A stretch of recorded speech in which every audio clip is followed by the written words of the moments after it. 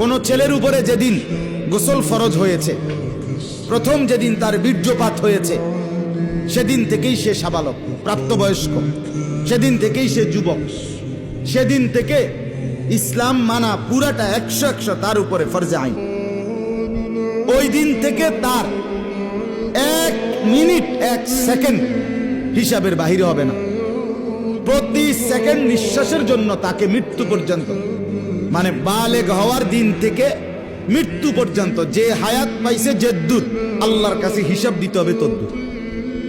রাতের হিসাব, দিনের হিসাব, হাঁটলে, বসলে, উঠলে, খাইলে, ঘুমাইলে, এমনকি নিঃশ্বাসের হিসাবও খোদার কসম আল্লাহর কাছে দিতে হবে। কোন মেয়ে যেদিন তার প্রথম মাসিক শুরু হয়েছে 13-14 বছর বয়সে, সেদিন থেকে সে প্রাপ্তবয়স্কা, সাবালিকা, সে যুবতী।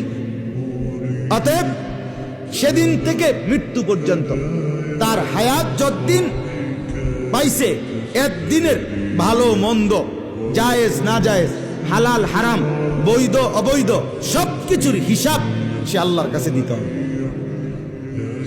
কথা বুঝলেন কিনা আপনি?